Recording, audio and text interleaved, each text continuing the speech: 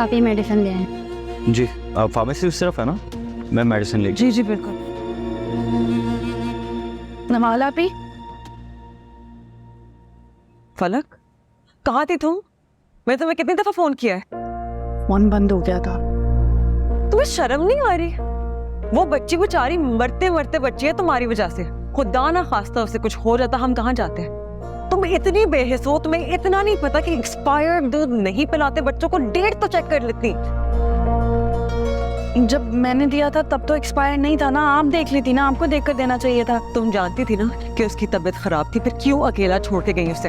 तो क्या करूं? सारा दिन उसको गोद में लेकर फिरती रहूं, अपना कोई काम ना करूं मैं? फरक, तुम्हारा दिमाग खराब है? तुम्हें अंदाजा है हम किस कयामत से गुजर रहे हैं? एक लम्हा गुजारना मुश्किल हो गया था हमारे लिए। बस कर दे, आप भी बहुत जज्बाती बातें होगी, मुझे ये पता है वो ठीक है ना। अब यहाँ आके डॉक्टर्स को दिखा के अब वो जाके ठीक हुई है। आपने तो इतना तमाशा कर दिया जैसे खुदा ना खास्ता मैं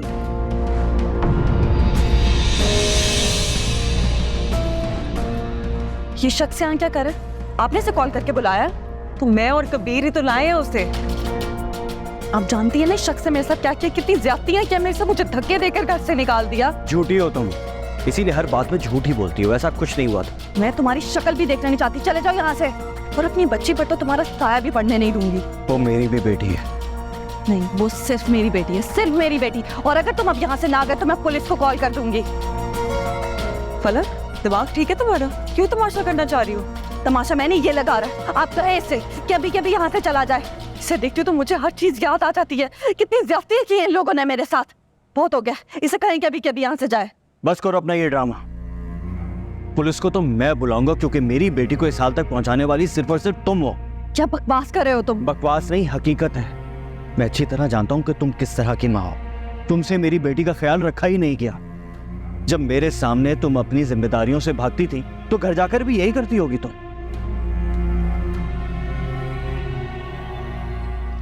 ना तुम अच्छी बीवी बन सकी और ना ही अच्छी माँ।